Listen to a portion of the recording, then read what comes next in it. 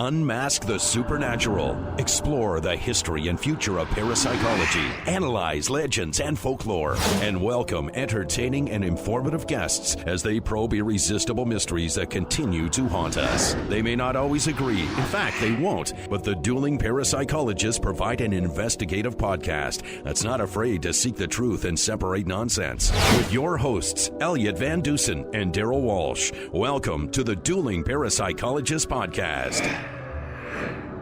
All right, welcome to another episode of the Dueling Parapsychologist Podcast. I'm Elliott Van Dusen. My co-host is Dr. Darryll Walsh. This is actually season 3, episode 3, and today we're going to talk about ghost hunting shows, paranormal shows, I guess, in general, not just specific to ghost hunting. But before we get into that, let's talk about some of the projects we're working on. So the first big thing right now is tickets are on sale for our 2023 Halifax Paranormal Symposium.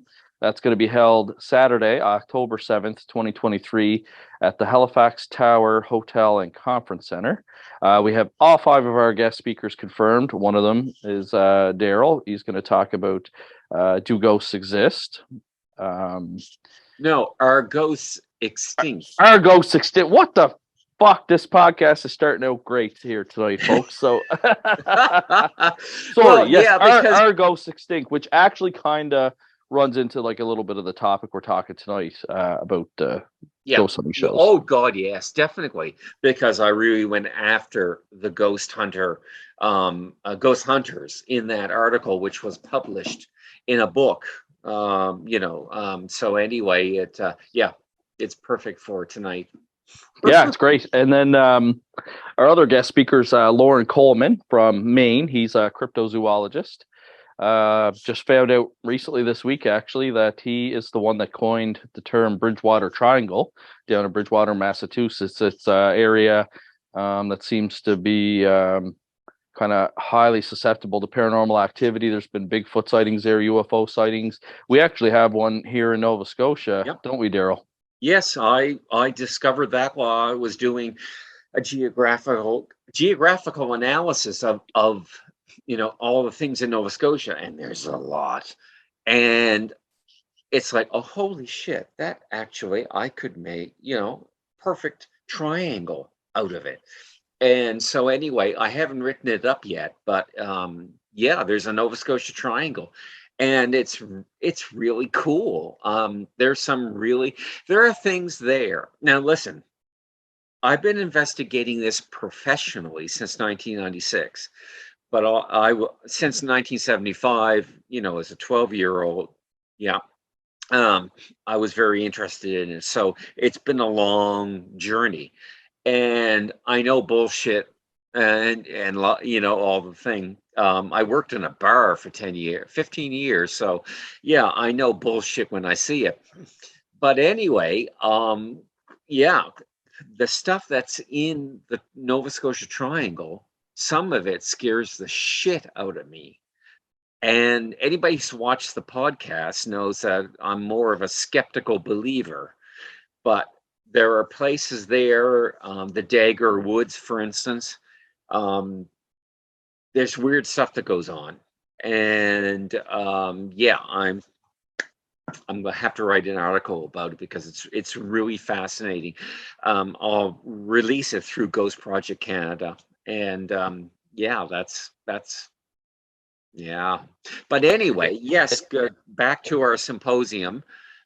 Which I'm really looking forward to because I get to talk to, Loren Coleman about Bigfoot, which is my personal, can't say obsession, but whatever. I'd say certainly your favorite paranormal topic to discuss for sure. Yeah, definitely. Because definitely it could be real. Definitely on your top 10 interests for sure. Oh, fuck. Top 1 interest, because it could be real and it wouldn't violate any laws of nature if we found Bigfoot, as opposed to a ghost or whatever other things there are, demons or whatever, that violate a lot of laws if they exist. Laws and religion as well. Yes, I have a book on religion and monsters, and it goes through each religion and what monsters we have in each one of them. It's Yes. fascinating, Yeah, you it is. know. Each religion has like Yeah, its own monsters, its own mythical creatures. It's really fascinating. Lauren, I think, will be great. I've already seen some people posting on our social media that they're really excited that he's coming. yeah, Some people even said that the ticket is worth it just to go see him speak. So that's great. yeah. Another guest speaker that I'm really interested in. It's funny you're super interested in, talking to Lauren. I want to talk to Dr. Richard Gallagher, the psychiatrist coming from Columbia Yes, University, yes. because he's a believer and a proponent for demonic possession. After he runs through, obviously, the DSM-5 and all the medical conditions that one can be suffering Yes. from, Still but total bullshit, but yeah. anyway, that's fine. See, and I disagree with it. I totally think that I think that Yeah. that's real. And Didn't I buy you a book on demons or something one time? And did I buy you the book on poltergeists? yes, Because I do have the Poltergeist book, okay, actually. Yeah, that's a nice book. But really it's good. very academic. Yeah, So it's that one came recommended, I think, from a Rhine course that I took. It kept popping up from yeah, like two or three different instructors. So I said we got to get our hands on a copy of yeah, that. Um, yeah.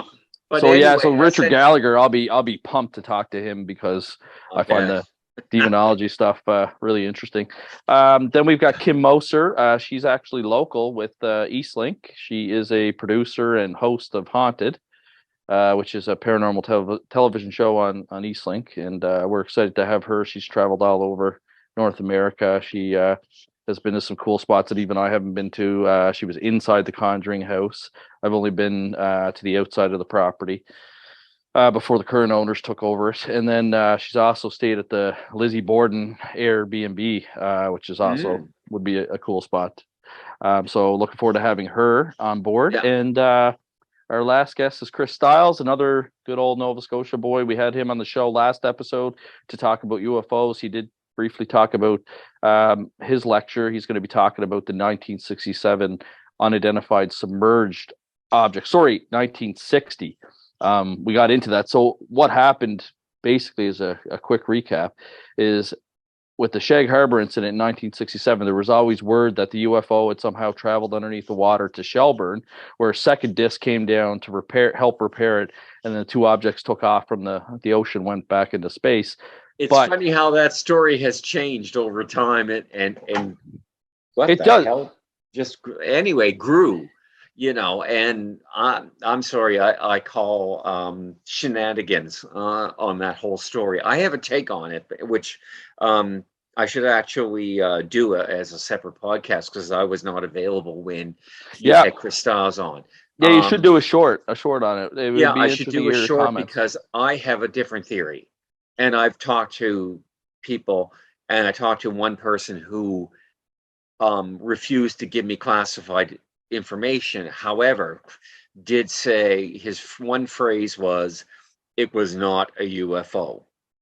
So that leads to the Russians were there. Shelburne was where was a secret base at that time. So I have I should do a short Yeah, you should. on Yeah. that. No, You it's know, interesting. Yeah, because but I love Chris Stiles. He's a great guy. I'll be there to listen to him. I mean, I don't have to believe. People, the researcher effect. You go somewhere and say you're looking for Bigfoot or whatever, you're going to find it, whether it's there or not, because people will tell you stories. Um, so yeah, I'm going to really look forward to Chris anyway. I haven't seen him for a while. We interviewed him for Shadow Hunter back in yes, 2005, and then afterwards went to a bar, and it was funny. There was the director, myself, and Chris, and I don't know if the camera man was there, but we were retired to a bar, and Chris is a great guy. He'll say file number, 463 8 9 10. Says, that this particular officer of the RCMP took an extra 15 minutes to get there, and that's therefore he must be in on the conspiracy. And I just love how his brain works. So Yeah, he's looking pretty forward, sharp. He's pretty I'm sharp. looking forward to him Yeah, definitely, and all the other my fellow participants. They're all great. They all have something different to tell, and I'm really looking forward to that day. Um, yes, very much oh, so. it'll be great. Yeah, Anyone that is interested in it, I suggest you go and get your tickets as soon as you can. Go to ppri.net/tickets. I will put the address up on the video for anyone watching it on YouTube. But just go to ppri.net. You'll find our website. Go to events, click Paranormal Symposium. It'll give you all the details on the venue. Right now, we do have special rates as well for the hotel rooms. You have to call the Halifax Tower Hotel, tell them that you're attending the symposium. They'll give you a special hotel room rate if you want to spend the night there. It's going to be great. We're going to have some vendors at the end of the month. We'll go through all the applications. I think we've received 4 applications so far. We have spots for 4 more. I heard rumor that Vernon Oikel might be interested in a table. Also, Steve Vernon might be interested in a table. So again, get your applications in for that as well, because we'll be looking at that at the end of the month. It's going to be a fascinating day. It's going to be great. Yeah, it's the first big yeah. one that Nova Scotia's held. They had a UFO symposium back in, trying to think when this was. I think it was like 2003, 2004. It was before I joined the RCMP. That one was at Alderney Landing. Very successful. I think it was 2 days, 150 seats, sold out both days. They had a lot of great speakers there. Chris Stiles, Stanton Friedman, when he was still alive, God rest his soul, and a few others. And then last year was really big. They had it down in Yarmouth for the first time. They moved it out of Shag Harbor because the community itself just couldn't support a bigger event. They had Nick Pope. They I think they had about, when I talked to Chris Stiles, about 200 people attend that. And then this year, same thing. Nick Pope is actually coming back. It's the weekend before our symposium, and they actually have Travis Walton going there. If anyone has ever seen the movie Fire in the Sky, where some logger guys were working in the woods, heading back for the day, and they saw a strange UFO. Travis got out of the truck. Beam of light came down, kind of fired him back into the bushes. He disappeared for several days. There was manhunt on the go. They thought maybe the guys he was with might have murdered him, that they were treated as murder suspects, and Travis just showed up a couple days later, really disoriented, and had this amazing story about encountering some gray aliens, and they all took the polygraph. They all passed. One guy tested inconclusive. Polygraphs are useless. But I agree. As a former RCMP officer, I've seen them go wrong. It's all based on. Obviously they hook you up to electrodes and things like that. Measures your heart rate. And, it's a way to interrogate a suspect again. That's its only value. Because except for knowing there's only one, so the psychiatry APA, Association of Parapsychologists, Association of Psychologists in America, have come out and said it's useless, and except for one. There's 3 things, except for they have guilty knowledge.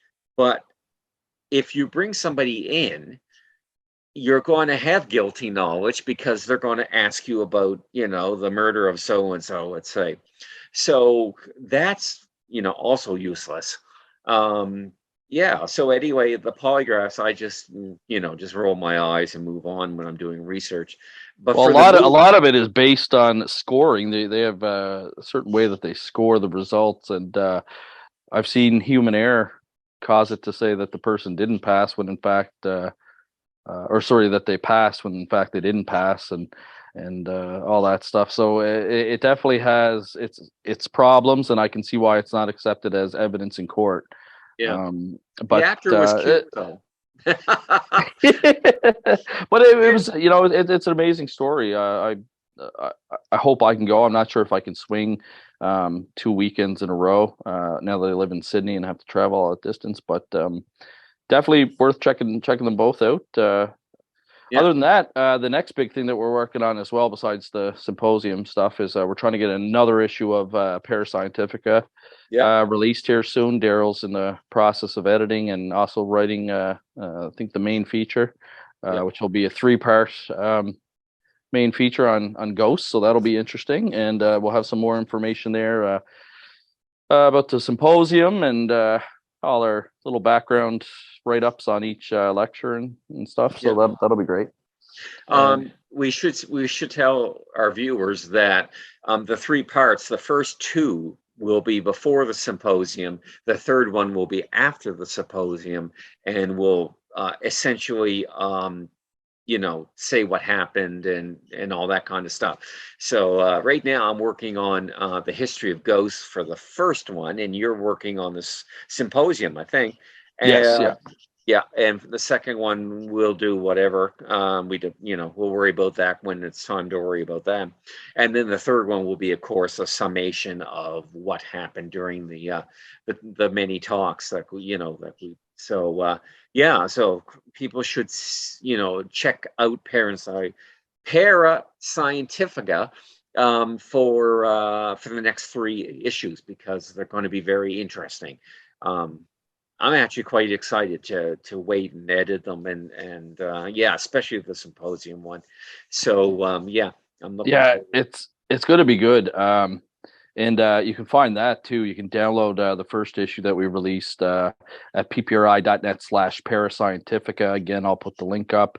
Parascientifici. No, CA. Fuck, I'm on fire tonight. Parascientifica. And it was good. It was a good issue. It came out in September of 2022. I wrote an article. Darryll wrote an article, and we had one from Jim Horan as well, a parapsychologist from Texas.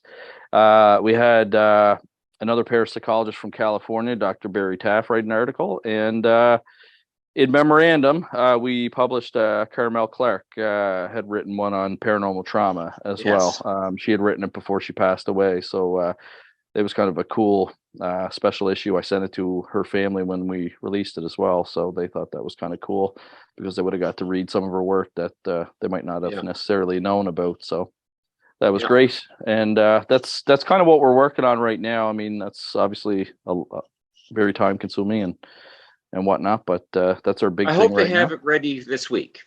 That'll be great. Yeah, that'll be great.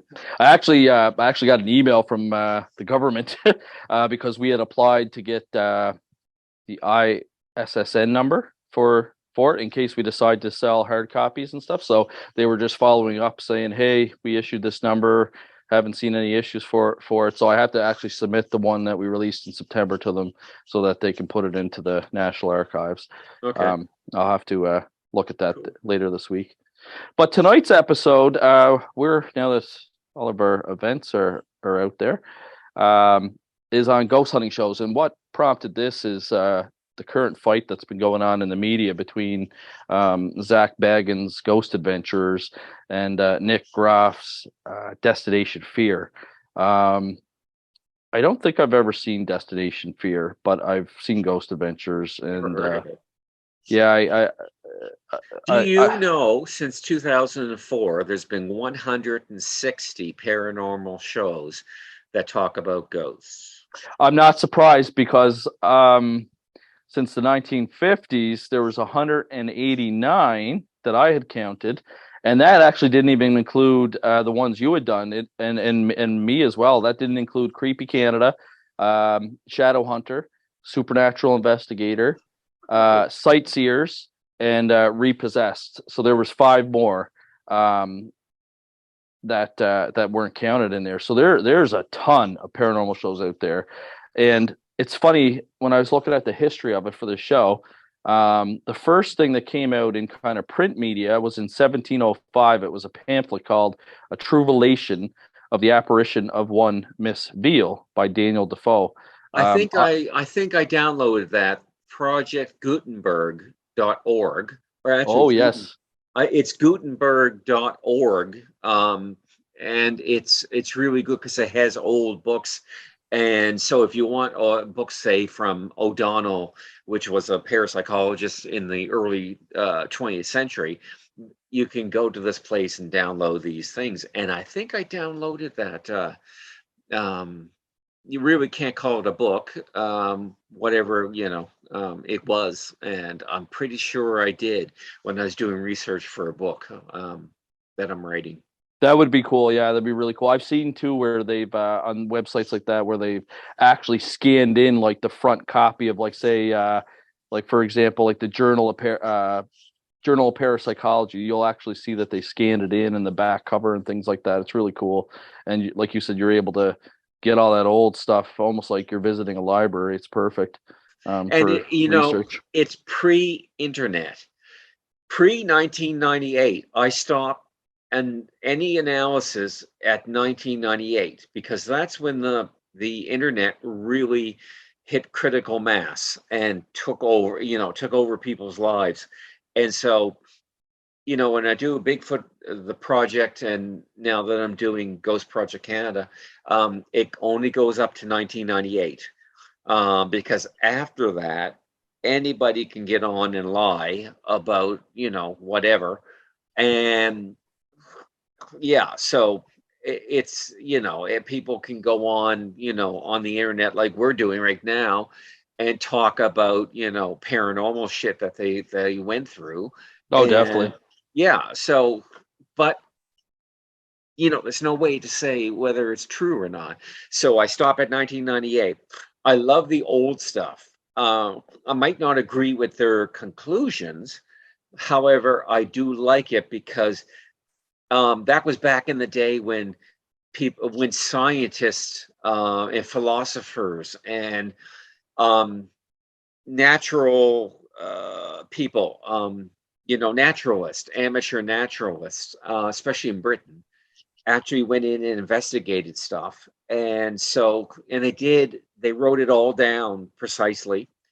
And they did archaeology as well. And so it's wonderful because you know that it was done scientifically, as opposed to post 1998, which is, well, we're going to talk about that in a minute. And so yeah, so the early stuff, is very interesting.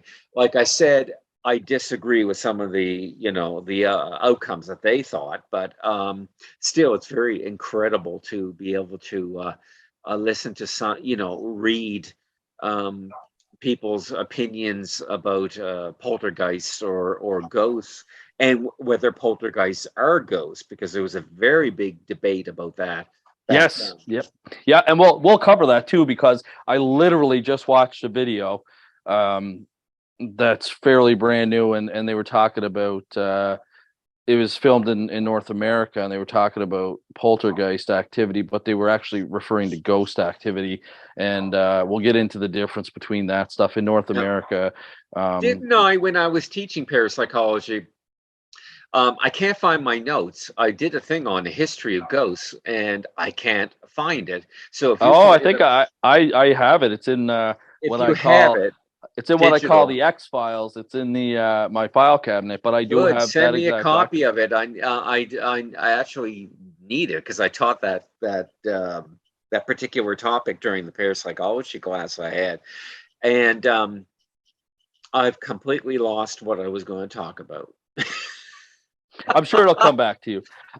So so with paranormal shows, I looked at the history. When was the first paranormal show? This is well beyond my time. I was born in 1983. I'll be 40 this year, so there might be some listeners out there that have heard of this show, or Darryll, you might have even heard of this show.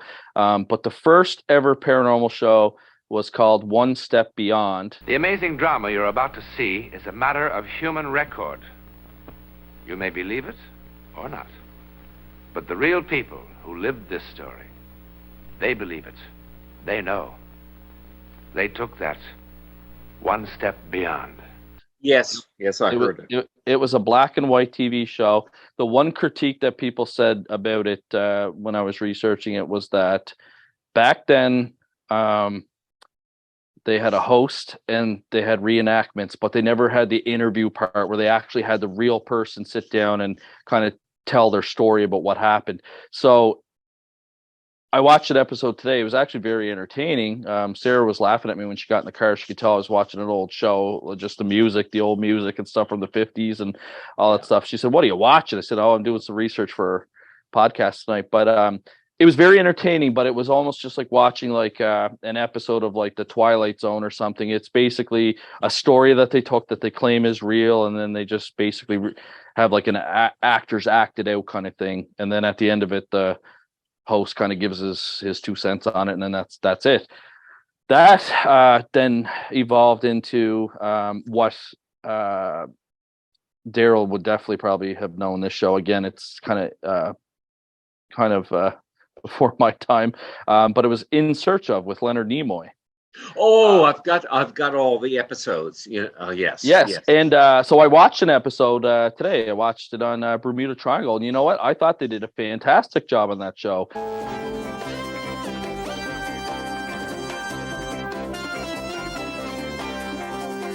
Leonard Nimoy was the host from Star Trek. They wanted Rod Sterling, but he died of cancer the year before while they were doing pre-production for the show, which was which was sad because I love his voice.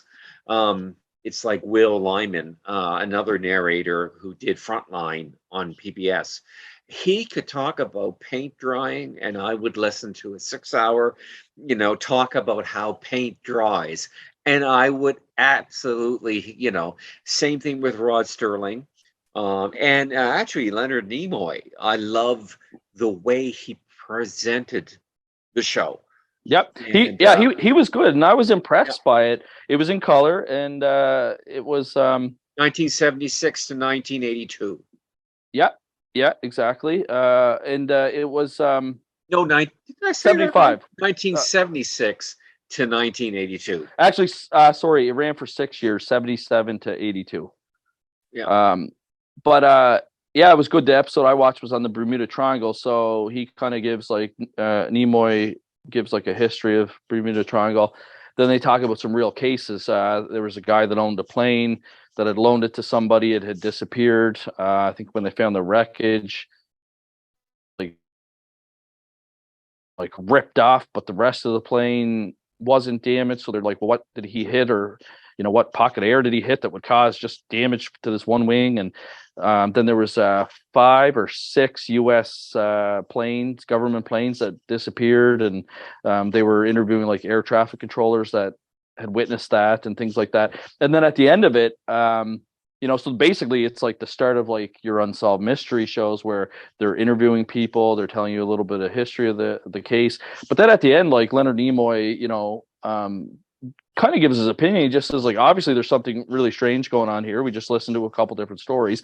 This needs further investigation. Somebody should scientifically be investigating this area to see if there's like any sort of anomalies in the ocean or the geomagnetic activity or anything around there. And then he just kind of leaves it like that. Like there was nothing bad about it. He's just kind of saying it's a strange area. It warrants further investigation back then in 1977. So I thought that was really good. And then you start jumping into the next big show after that was Unsolved Mysteries. And obviously I know about that because on every single podcast, when people ask me how I got into the paranormal, it was because of Unsolved Mysteries for 2 reasons. Again, I've told the story a million times. I'll keep it short, but it's basically because I was interested in being a police officer. I wanted to be a homicide detective. Unsolved Mysteries always had cold cases, which I found absolutely fascinating. But in between the cold cases, they would throw in a supernatural story, a ghost story, a cryptid, a UFO story. And those also really gained my attention. The military here at Roswell Army Air Base in New Mexico immediately announced that the object was a UFO. But within hours, changed their story and said it was only a downed weather balloon. Did the military conceal the most astounding discovery of the century? Join me tonight. The season premiere of Unsolved Mysteries. And then how I became involved in investigating it was actually in 1997. X-Files had already come out in 93, but I hadn't seen the show until 1997. And then I thought it was really cool. You had two law enforcement officers investigating the supernatural. That's what caught me wanting to become part of this and found my calling. Agent Mulder, I'm Dana Scully. I've been assigned to work with you. Oh, isn't it nice to be suddenly so highly regarded? So who did you take off to get stuck with this detail, Scully? And then once Unsolved Mysteries aired, then the next show, which I am familiar with and probably saw a couple episodes, but I wasn't as hooked on it as I was on Unsolved Mysteries, but it was the TV show Sightings. Yeah, I heard of that, and I had it downloaded on a computer that died on me. I have terrible history of computers wiping out my career in photography. Yes, it just decides to die, and then it's like, oh, well, that's nice. I spent 2 years taking pictures of that, and you just died on me, you bastard. And so anyway, but Sightings, yes, it was a good show. I saw a couple episodes of it. So actually, Lloyd Auerbach, that we've had on our show before, and he's taught me some parapsychology courses. He used to be one of the paranormal experts for Sightings. They would have him back and kind of give his comments and his 2 cents on it. But again, that was a good show as well. It was a bit of reenactment, but interviews with people that really experienced it. It had a host as well. It's not really like cramming anything down your throat like the reality TV shows are, because it's all in the past. It's stuff that's already happened. It's not like live action. And then you start getting into the 2000s, and that's where things go completely off the rails. The first earliest reality TV paranormal show that I could find during my research was called MTV's Fear. And I don't think I've ever seen it, but apparently they used to take like contestants and put them in an alleged haunted place, and then they'd have to see if they could spend the night there. And that's kind of what is said to be the almost the creator of the ghost hunting reality show, because everybody tried to mimic it after it because it was a big success. And so, yes, in my research, I saw how that one is apparently the one that has inundated us with bullshit for the last, almost 20 years, 19 years. Well, you could see how, because since 1950s, paranormal shows that were coming out were like docudramas, basically. And then now all of a sudden you hit the 2000s, and now you've got like reality, like where it's like filmed live there and things are happening as it's being filmed, and that's kind of what sparked the bullshit that's on TV now. So from there, I did my research about how they fake that show, all of those shows, and it's really interesting. I knew it was bullshit anyway, but because the paranormal doesn't happen because you want it. There's 160 shows and they never found a fucking ghost. Yeah. So it's interesting to read when the insiders who worked on those shows and know how it's faked up. It's, somebody called it wrestling. It's just like wrestling. It's all planned and all this kind of thing. Yeah, all the sounds.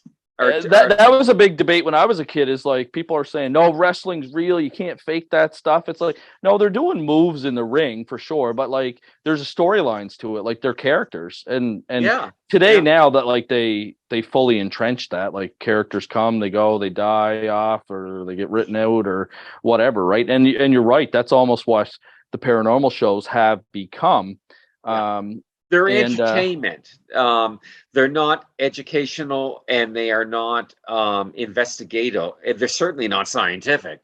No, they're not. And that's what I think drives me nuts about this, is that I think there are people out there watching it that think it's like real. And I know that I just saw an article recently. It was written a couple weeks ago.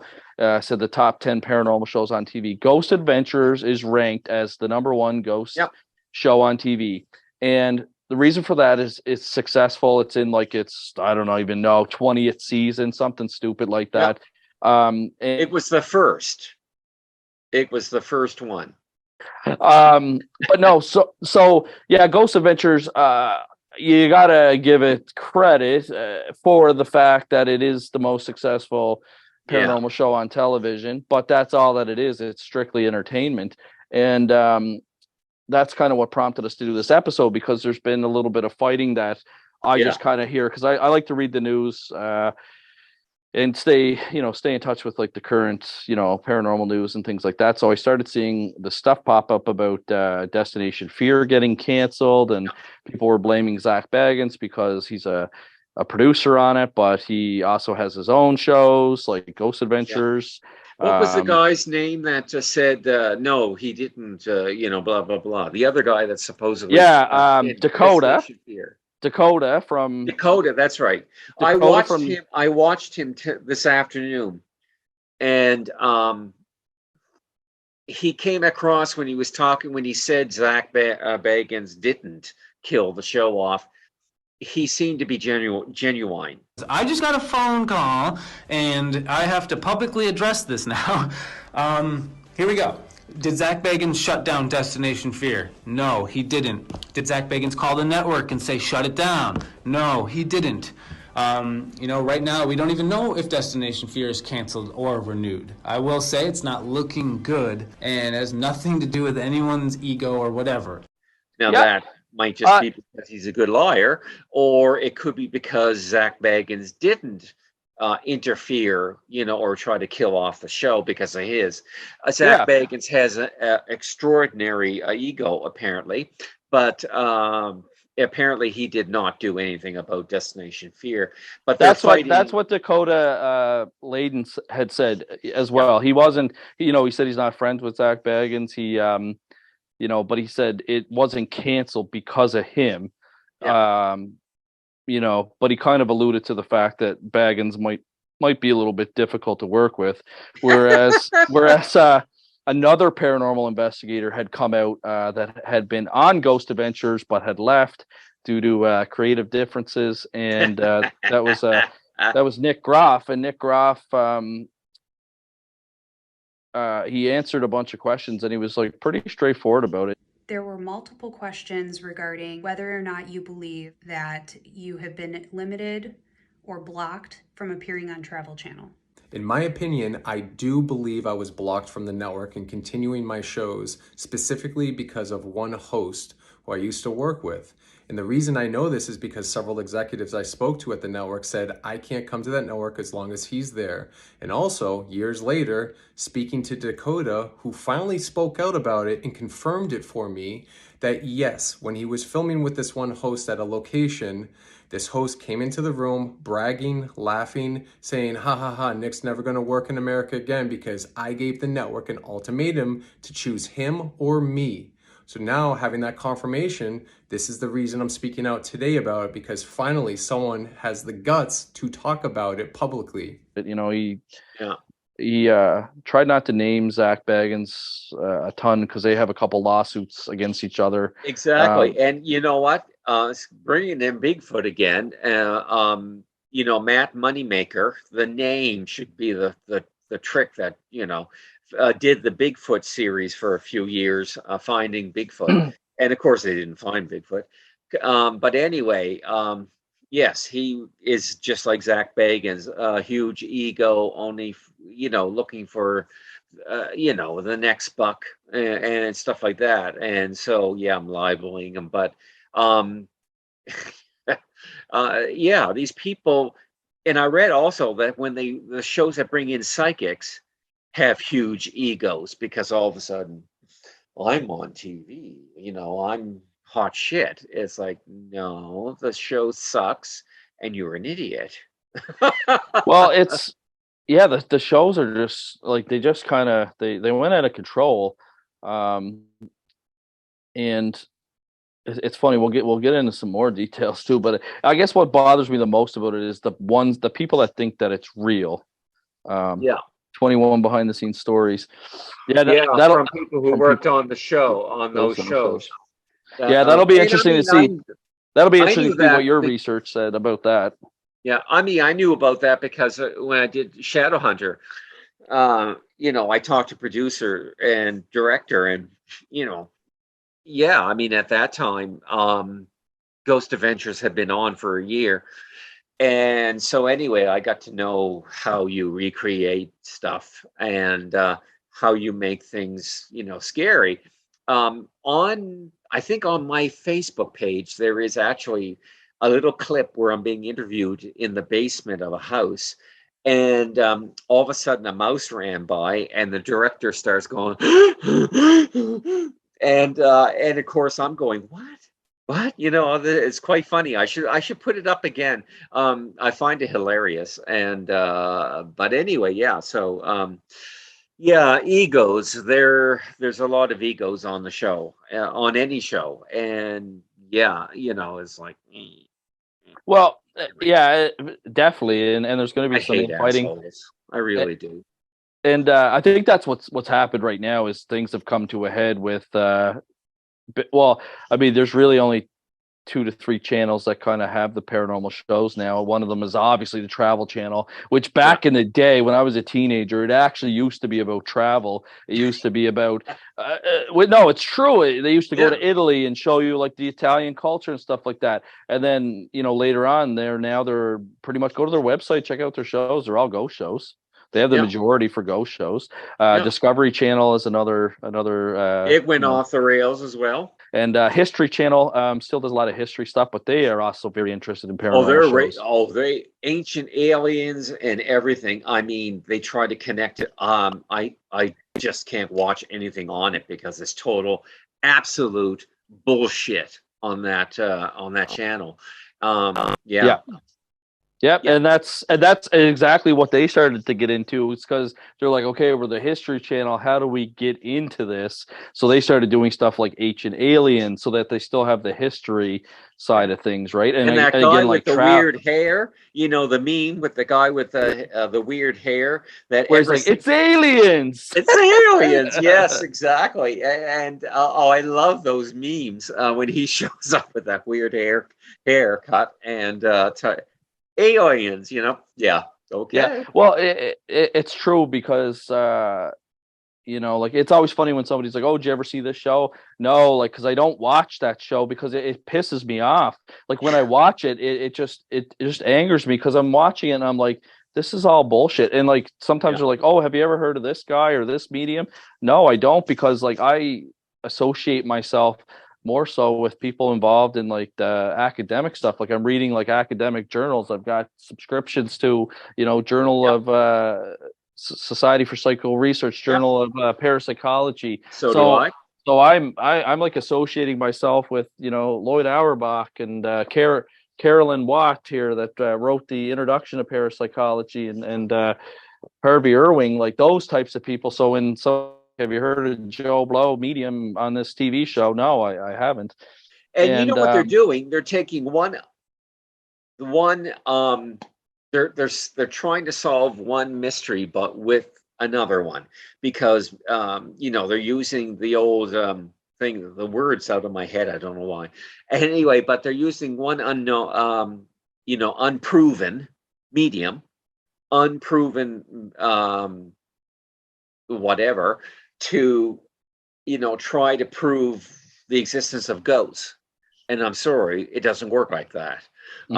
You have to look at whatever is going on with a true haunting, and you're not going to find it on TV because it takes days or weeks to actually do a proper investigation. And again, that's why the shows are designed the way they are, because you and I have done real investigations. Yeah, you could be at a house for hours or even days, depending on how long you have access to the house, and absolutely nothing happens. And it doesn't mean that the house is not haunted. It just means that the environment wasn't. Yep. Live there, have the most.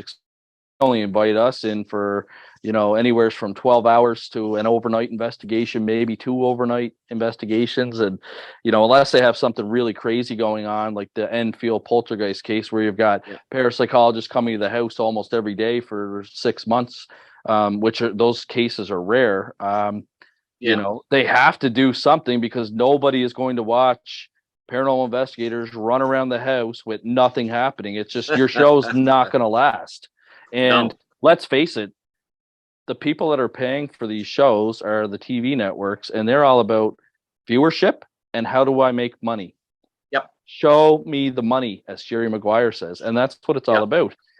And so then you kind of go from Fear, MTV's Fear, to Most Haunted was another TV show. I don't think I really watched that one.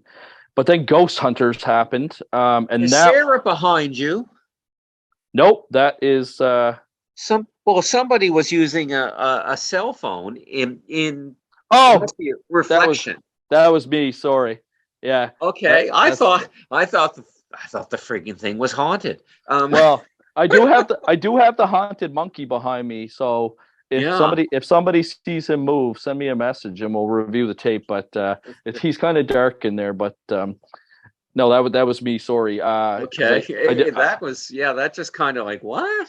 Yeah, because I had some notes on my phone from the research that I was doing. But then you get into some really like crazy TV shows after Ghost Hunters. So Ghost Hunters was the Atlantic Paranormal Society, and they kind of had like a cool concept. I've seen their show. I used to talk to Jason and Grant way back in the day.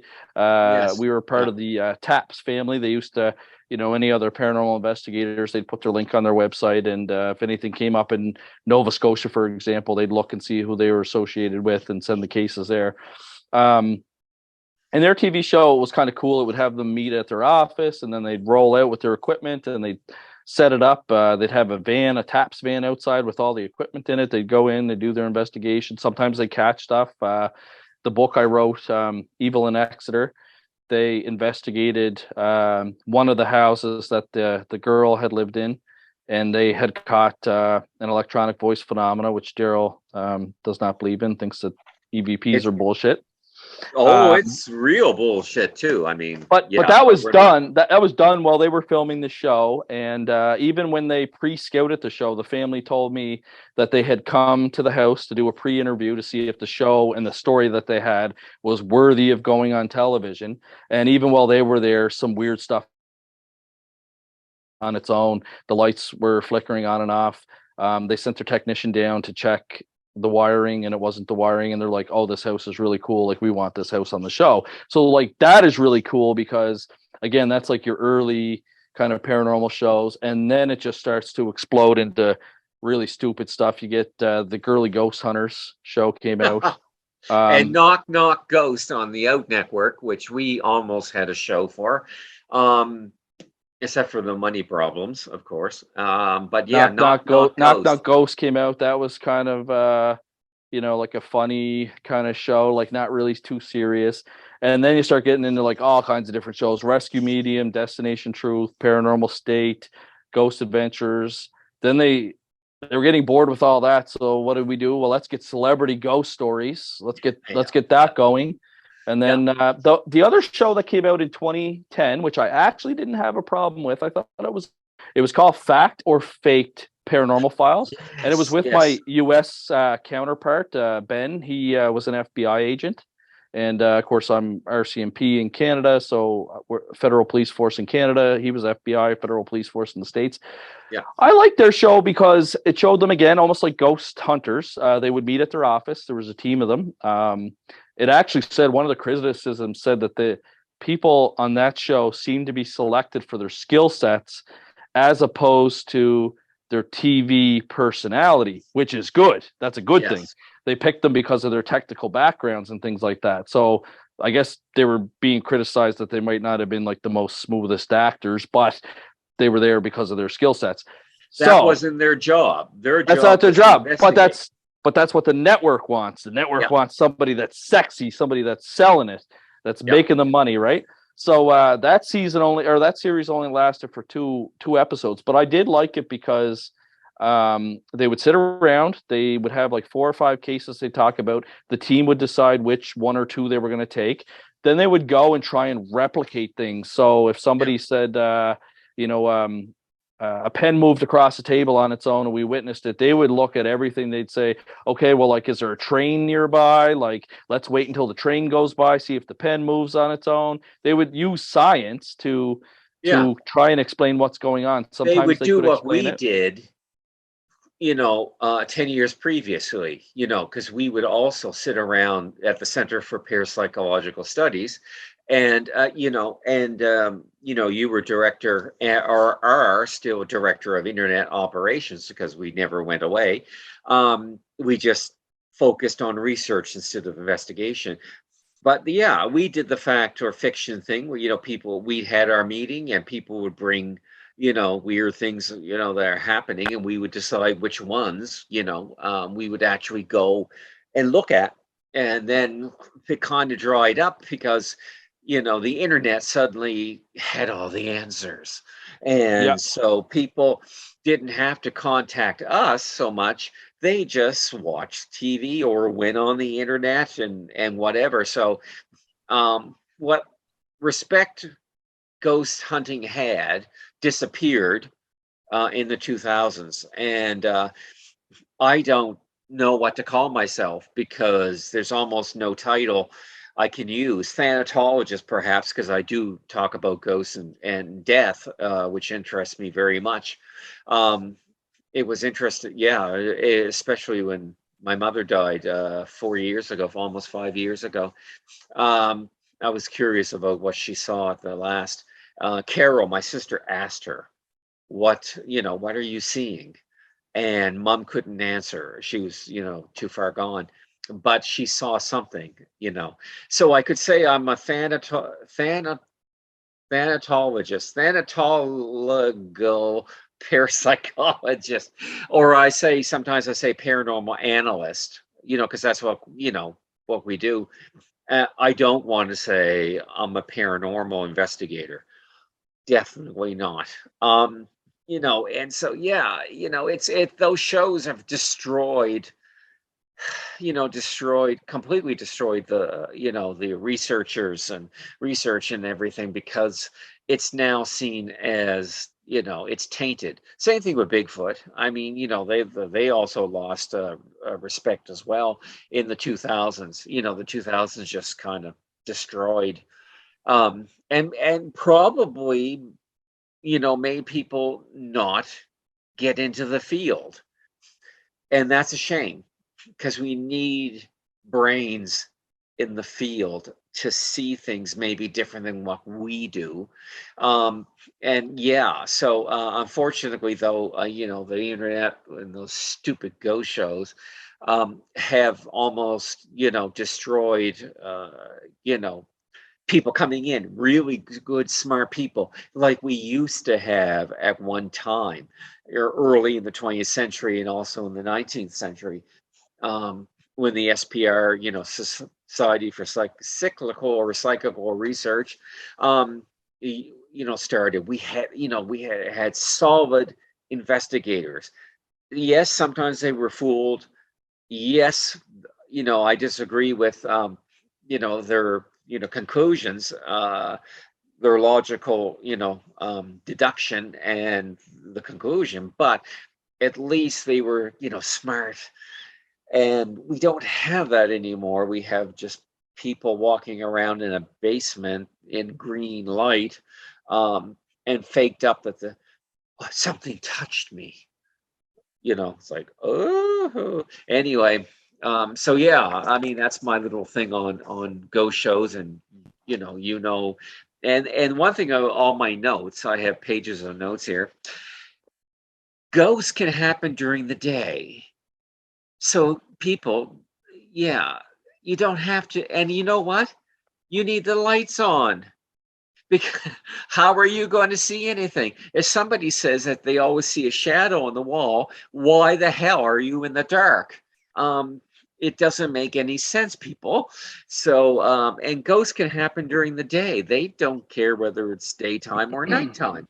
And we do try and harp on those messages as well during our podcast, because I always talk about the Eleanor Sedgwick phenomenological study that she did with the Society for Psychical Research, and that's where that comes from. Is that basically she took a bunch of cases, did like a statistical analysis on it, and found that ghosts can appear daytime, nighttime, raining, snowing, sunshine, indoors, outdoors. There's no rhyme or reason to it.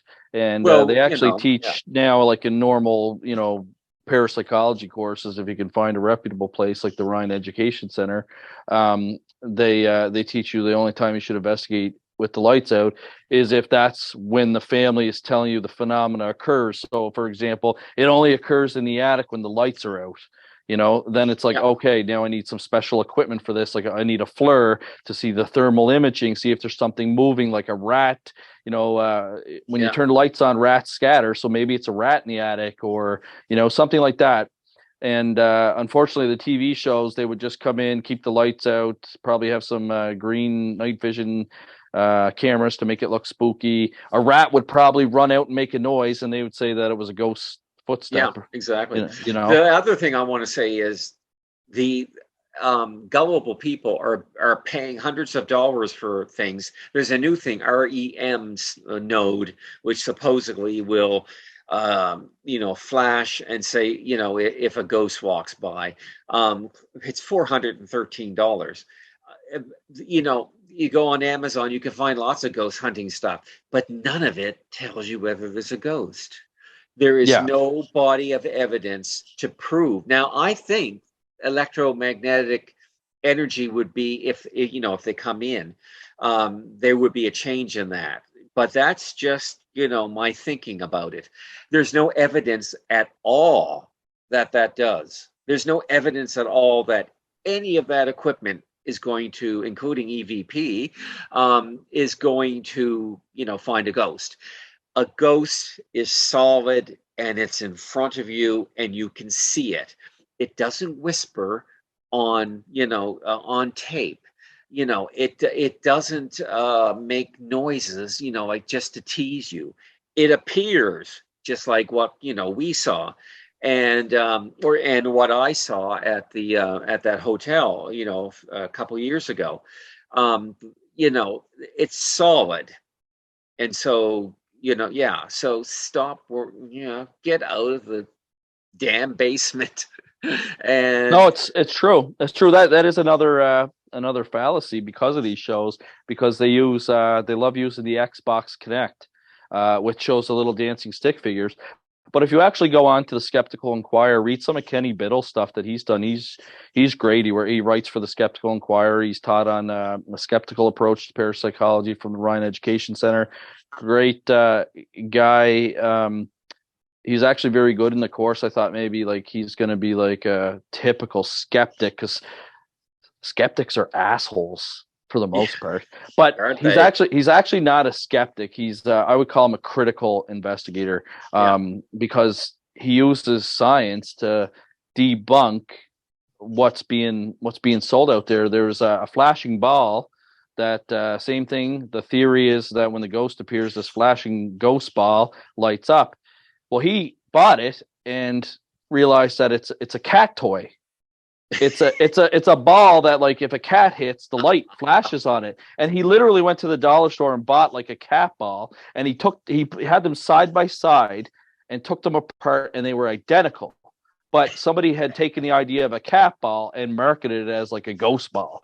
Oh, yes, I know. They do that for cameras as well, and it's like, yeah. And but like as of right now, as of today, April 2nd. 2023, there is absolutely no piece of equipment that can detect human consciousness, which is what a ghost would be. It would be, the human consciousness or the spirit or the soul, whatever we want to call it. They're all synonyms for the same thing.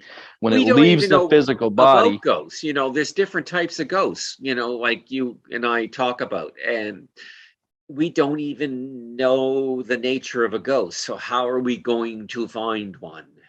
With equipment, there's nothing to detect to detect that. Even I was just doing some research for another book that I'm writing, and we have all kinds of different scans that can scan the brain and the human body. Like we've got MRI, we've got cerebral scans that we can do, but all that does is image the brain, and it shows normal like brain activity. It cannot pick up where human consciousness is, because there are some people that think, no, once you die, that's it. It's like lights out. The brain is what processes all the information and causes us to speak and receive. And once we physically die, that's it. there are people that believe that. But then obviously you and I have been researching this our whole life. There's some amazing cases where we've been able to like communicate, usually through the use of mediums. And I know, like you said, as you start getting into explaining one unknown with another unknown, but they're able to actually provide information that people can go out and corroborate. Or reincarnation cases actually are great as well, because you've got people and again, we did talk about reincarnation, how you say like, well, the child may be hearing the parents talk about all this stuff and they're kind of regurgitating stuff, because children are sponges. I learned that with my two girls. Meadow says stuff to us all the time. We're like, how does she know that? Like, you know what I mean? They are picking up and listening to stuff that we don't even know that they are. So yes, there are flaws with all that stuff, but there are cases where we've gone out and been able to kind of like corroborate things, which is much more than what you're seeing on the television shows. You know what I mean? You're in a house, you hear a noise. Oh, it must be a ghost. Let's go on to the next scary scene. Let's go to an abandoned asylum because everything's fucking falling down and it looks great for camera and TV, and there's going to be noises that we hear and we'll blame it on ghosts. And that's kind of what's happening today with those. And then they started to branch off, because then they had shows that just focused on mediums. We had Long Island Medium. Yeah. We had Kindred Spirits. Yeah. Then they started doing adventure shows like Curse of Oak Island. Like, holy fuck, people, how many more years are you going to tear this island apart? And demons. Demons are the in thing now.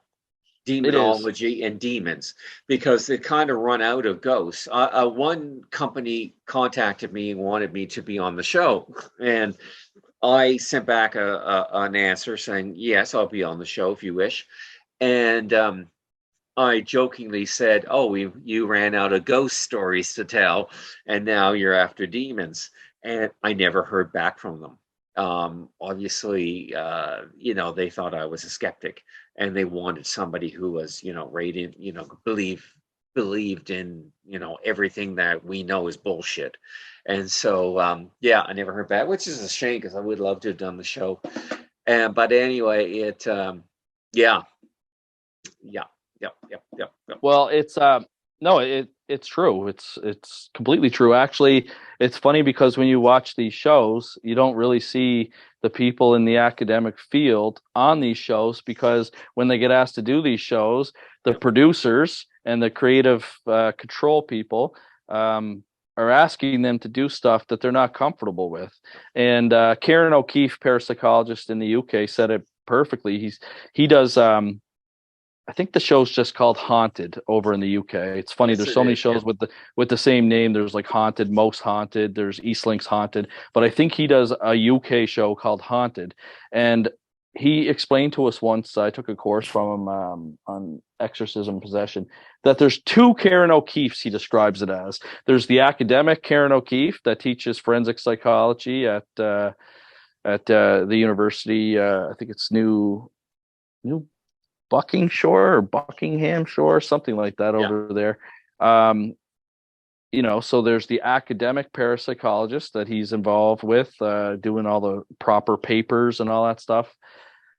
And then there's the TV Karen O'Keefe, where he goes in and he might be a little bit more flexible than what he would be, when he wrote a book with a bunch of other parapsychologists called Ghosted, where they're very, very skeptical, very, very critical.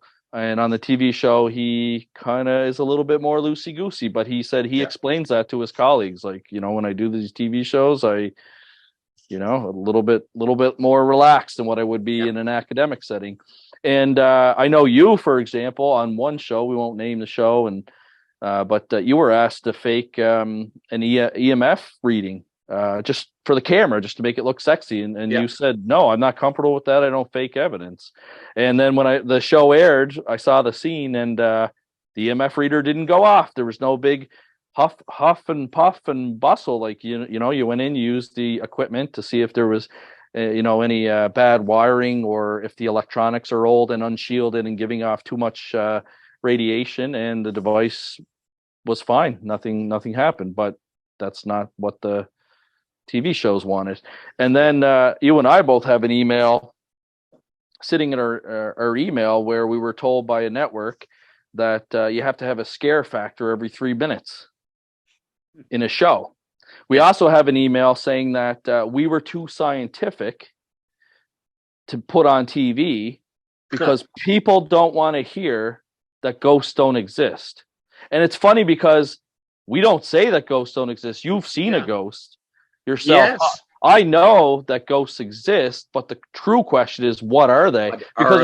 Because there's different types. There's different types. Like Michael Persinger was able to create, with his God helmet, people seeing apparitions.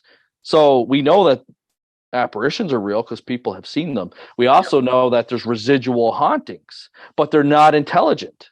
They just replay the same scene over and over again. We investigated one in Hopewell, Nova Scotia, where the girl walked across the old drawbridge that used to be there, the old bridge that used to be there. And that's all she does. She just follows the same path. And, you know, one of the theories is that it's information that's been recorded in the environment, known as like the imprint theory or the stone tape theory. So we know that there's those types of ghosts, but then there's the ones where, like I said, they've communicated, whether it's through electronic voice phenomena, whether the family has seen the apparition spoke to them, whether a photograph was taken, such as the brown lady of Raynham Hall, which again is another photograph that has mostly withstood the test of time as not being a fake. That type of stuff though is rare. It's few and far between, and we've had trouble. We were promised a couple of shows with a couple of networks, and we had a great one. We had a great one that was totally different. It was cool. It would have been in all southern US. It was really, really cool, and wasn't scary enough. So we would do the research and come back with like really rare but scary cases from this type of phenomena. That still wasn't good enough. No, even I thought, oh my God, the one with the church on the and it's all very dark or something, and you know, that one was particularly interesting to me. And I thought that one would have been great. A great and one. Scary as hell. And or the other show that we were working on, and we were waiting for Nova Scotia to add money to it so that it would make money to put it on. And I won't say the network, but anyway, Nova Scotia did. But unfortunately, at the exact same time, Ontario cut funding to the arts. So it's still on hold. Because one said yes, the other one dropped and said no. So they canceled each other out, and that one would have been fun because we were actually told, these are real comments we were told by the network, is that you have to have a scare factor every 3 minutes, that you and I, because of our backgrounds, are too scientific. People don't want to hear that ghosts don't exist. And we wouldn't say that. We wouldn't say that ghosts don't exist. We both believe in ghosts, but we are not idiots. We use science to try and determine what that is. You know what I mean? Like exactly. I had a case that we investigated, I think it's a couple years ago now. It was COVID, was masks and stuff were still in effect, and Pierre Filatro and I went down to a Airbnb in Truro, and a lady had seen an apparition in the Airbnb. Muddy footprints would appear randomly on the floor, and a curtain would move across the back door all the time, no matter how many times she put it back together. We went down there. We had all the equipment. The only weird thing that happened is we did have some brand new batteries that got super, super hot in the kitchen and almost exploded on us, that we had to change out. Again, could have been a defective battery, but that was an anomaly. And then because of the Nest cameras that we had set up, we were actually able to solve one of those 3 mysteries. We didn't solve the boot prints appearing. Not sure they didn't appear while we were there. We didn't see an apparition. We didn't capture an apparition in any photographs or tape recorders, but we were able to solve the curtain part. What it was is the Nest cameras recorded the curtain slowly moving over to the right over about 4 or 5 hours because of an air vent that was a couple of feet away from the door. When the furnace would kick in, it would cause airflow that would cause that curtain to move away. That's real ghost hunting. Like you're solving some problems. Then we didn't solve the other two, why the boot prints are appearing and You didn't the have enough apparition. time. But we didn't have enough time. We are welcome to come back there anytime. And again, it's like you said, there's only so much time. But hey, I still take that case as a success because we were able to solve one mystery, even though it wasn't paranormal. But it doesn't have to be paranormal. That's what your job is to solve these mysteries. Exactly. And where it leads us, is the truth. Now, the truth might not be very, what we want, like ghosts are real, but we follow the evidence and we try to come to a conclusion.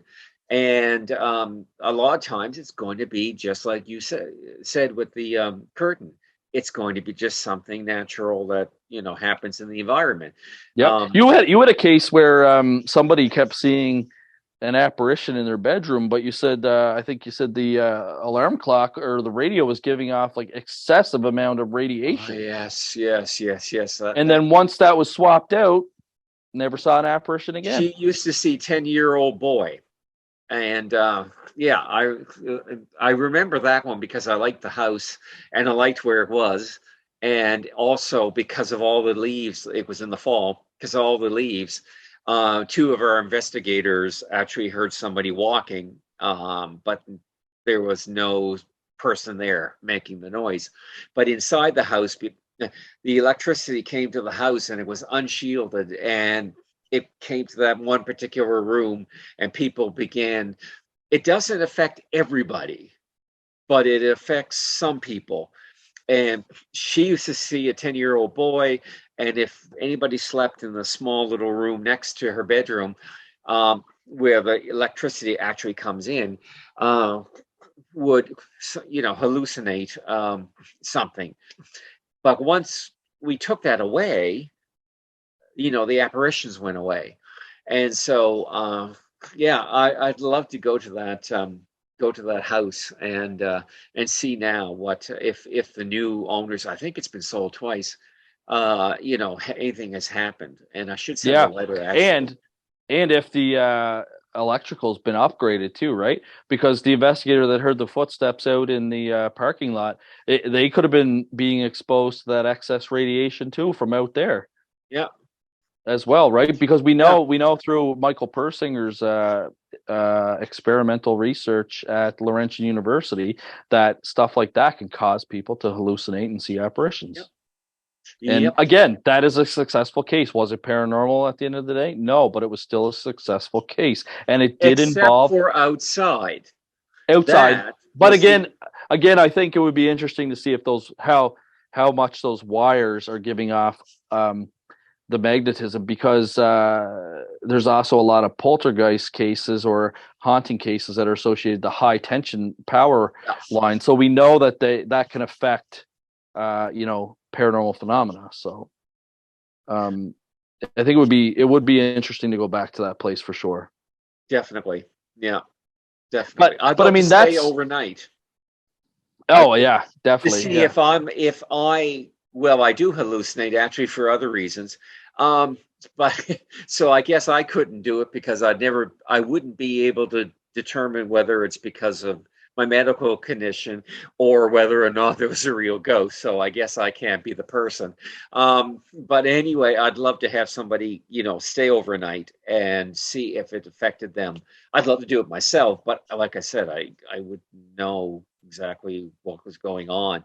And, but yeah, that house, yes, there are certain places that we investigated that I always thought would be really good to be able to stay there for, a couple days. But nobody wants you to take over their house and shut everything down and shut the electricity off and, and put things in and then remotely, watch for, weeks. No, it's true. And like, you can't solve all the problems either. Like, you're not going to get a contractor to come in and rip down somebody's drywall and go through the wires that are, we just did a renovation on our house. We have a a 110-year-old home. There was old knob and tube wiring and things like that that are not up to code, lead piping, all that stuff. We ripped the walls out, replaced all of that stuff. Yeah. You can't do that to somebody's home unless, I guess, you had a TV network that's willing to basically pay for a renovation. Yeah, unless which I think that would be a great TV show, Paranormal Renovations, where you and I come in and we absolutely like rip the entire house apart, and the network builds these people a new home, and maybe we find something that was causing the phenomena, or maybe in this brand new build they're still having haunted issues. And that but then you might move be to theory B, or you change your hypotheses, and you're like, okay, it's not the house because we just completely renovated it and brought it up to code. What else is happening here? And go work on another theory, right? Yeah, it would have to be somebody who bought a house but was not going to move in immediately and was going to do renovations.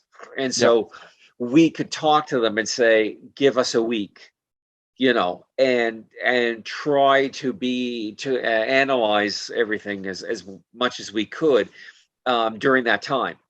And it would make a good show. But anyway, unfortunately, probably too scientific for them. It'd be too scientific, not scary enough. So you'll never. Because I actually challenge if there's any producers out there that want to have over 50 years of paranormal investigational experience on their show to contact Darryll and I, but don't contact us to do bullshit or fake evidence or the just show create entertainment. That's on hold. The one that Nova Scotia gave the money and Ontario took it down. That was going to be very funny because I was to be making gay jokes and stuff like that. And you and I, when we're together, we really joke a lot, and it would have been a wonderful show. And sometime I'd like to redo the clip. Word going out of my head. But anyway, the clip the demo, yes, that we shot, which was boring as hell. And I think with that demo, the new demo, the one where maybe I'm down in something and you come up and I make I'm prissy about my, you're like down in a well and I'm like, Darryll, are you exploring another dark hole?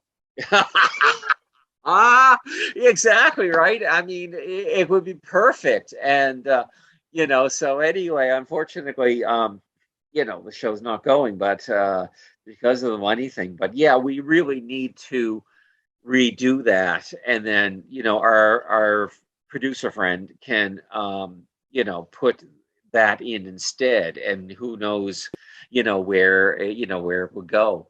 And I'd like to do that one. I'd like to do any show, actually. I used to be very anxious about it, but after you take care of two old ladies in a house that you've never been trained to take care of for 10 years, doing a TV show is easy breezy.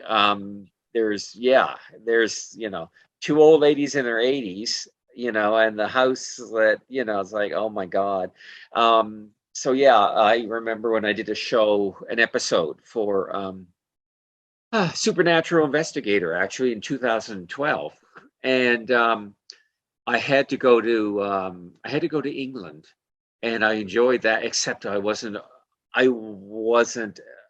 ready to have 10 million people around me, so it set off my anxiety a bit. But still, it was low. The camera guy was, at the last interview, actually, the Monday morning, they were going to shoot me out, and then I was finished. And he's busy telling me stuff, and it's like, Bob, shut up. I know what I'm going to do. And so I sat down and I did it. And 10 years earlier, I would have been afraid, just a lot of anxiety. But in comparison, to the situation, of those 10 years, TV shows are nothing. Yeah. Bring them on. I'll do 5 at a time. It's funny too, because you mentioned Supernatural Investigator, which you had an appearance in, but and I should have did the other 2 episodes as well. But your show though, Your show Shadowhunter, that came out in 2005, so that would have been 5 years after all the bullshit reality TV show stuff had started. But Shadowhunter as well, and YouTube is great, guys. Check out YouTube if you want to see an episode of One Step Beyond from 1950, the first ever paranormal show. You can watch episodes on there. But Darryl's show Shadowhunter as well. Somebody's got the vampire episode on there and the psychic episode on there. I can't find the DVDs for it. I have them somewhere. But I want copies. The problem is DVD friggin' players don't even exist anymore. My laptop doesn't even have one. I had to buy an external DVD player because we had bought some paranormal software for the God helmet, which we still haven't tested out yet. That comes on a CD, and so we needed to load the drivers, and I had no CD drive. And I was scared to death for Shadowhunter. I was scared to death every single moment I was on camera. There was never a time that I was relaxed. So, which is the shame, because there were so many people telling stories, and we weren't doing a reality show, like with the green light and going in basements and all that crap. We did it by, interviews. And you asked me if there was any shows that I liked, and I actually found 8 of them. They are Unsolved Mysteries, Strange But True, England, Mystery Quest, Monster Quest, In Search Of, History's Mysteries, Clark, what's his first name? I forget. Mysterious World, and Ancient Mysteries. The money that's wasted, the money that's wasted on ghost hunting equipment that doesn't work.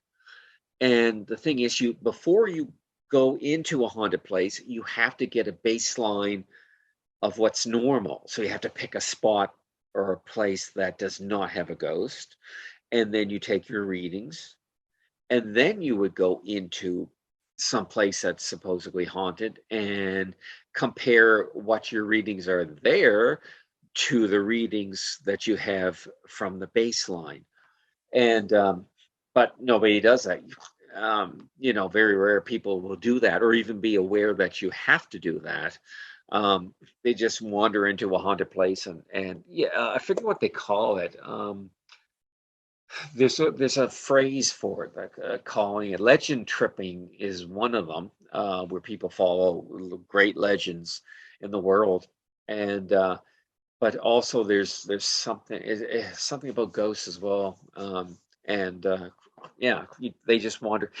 People want to be scared, and ghosts will do it every single time. And so that's why there's 160 plus ghost shows that have been out in the last 20 years.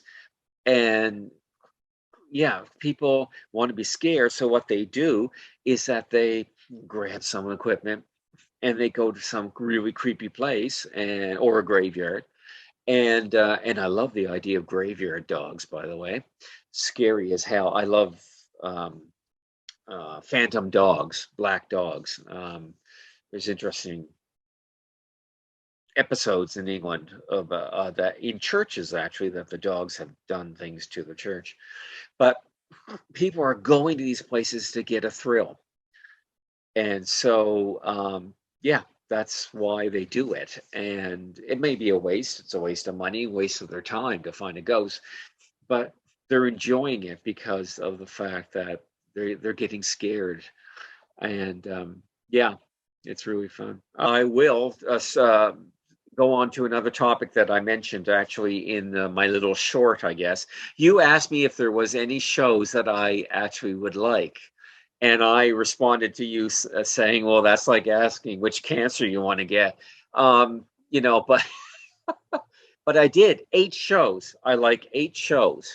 Okay, I want to hear these. Hear these. Unsolved Mysteries, Strange But True, which was from the UK, Mystery Quest, Monster Quest, In Search Of, History's Mysteries, Arthur C. Clarke's Mysterious World, and Ancient Mysteries with Leonard Nimoy. I like those ones. Interesting. And So out of those two, I agree with you on the Unsolved Mysteries and In Search of. I haven't seen the other ones, but that's funny. Ancient Mysteries is really good with Leonard Nimoy. Yeah, it's a good show. What what years would that have been? Oh my. Oh my, oh my. I'd have to look that up Let's actually because see. I think it was done in 90s. I'm pretty Eight, sure it was done in the 90s, 1990s. Ancient Mysteries with yeah, you're right, late '90s, because season 5 was filmed May 3rd, 1998, with Leonard Nimoy. Yeah, Okay.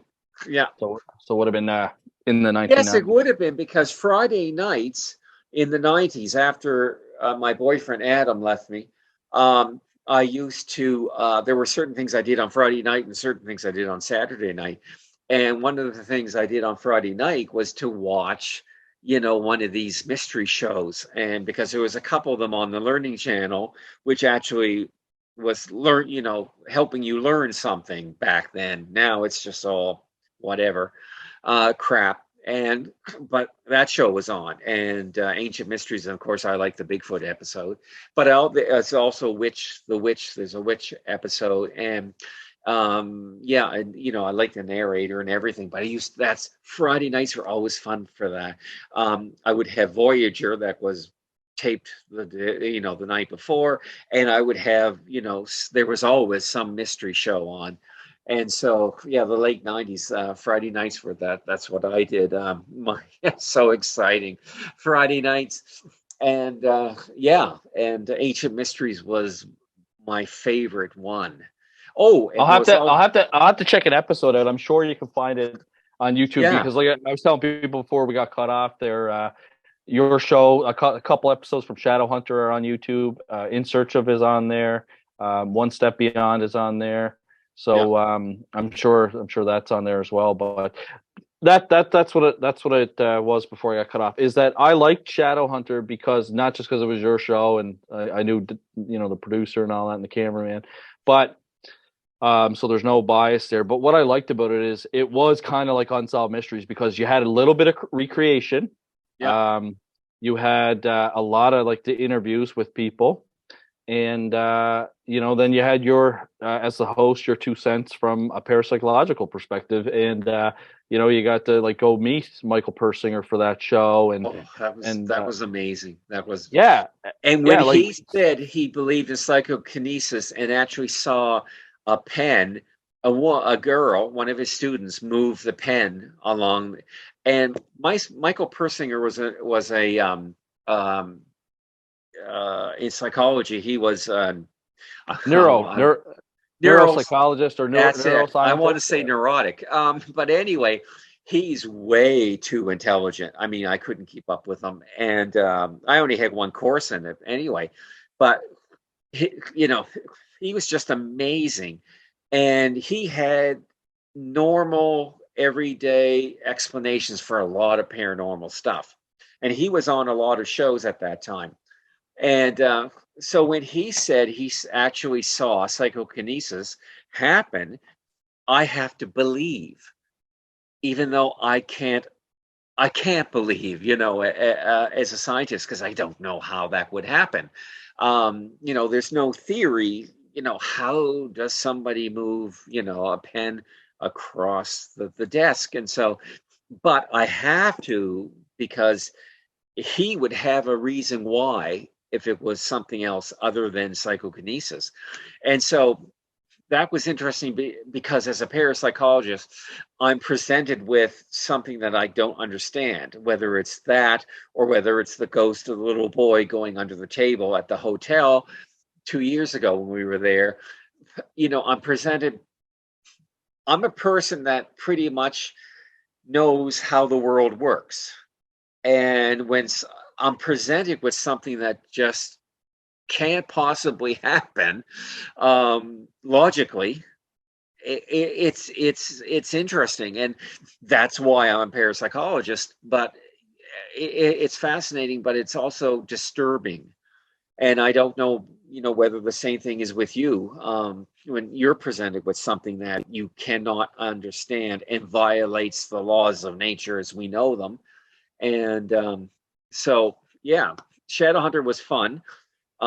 We did it documentary style, and I should say fun because not I was always scared to death, but after the camera stopped, I would have a little fun making comments, particularly down in Lunenburg, which I cannot repeat. But anyway, I yeah, can I only would come. imagine with you. Oh yeah, I came up with some goodies, and if as Shadowhunter, and one of the editors said I should, go into movies, and I'm thinking, are you kidding? I mean, and I watched the piece that she saw and thought that I should go into movies, the dramatic movies, and I'm thinking, there's no way.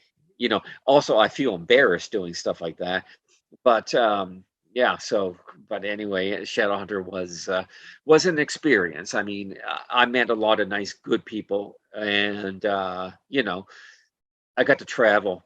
So, even with the anxiety, it was worth it. And so hopefully you and I will, a show will come up sometime. And because I think Well, these I put the are challenge out there to hilarious. anyone that's a producer, has a producer friend. If you want, a entertaining show that is based on science, but possibly could have paranormal, Because we phenomena. have seen paranormal things. So Yeah, or therefore, we could go back to yeah, we have seen paranormal things happen. Both of us have experienced different things.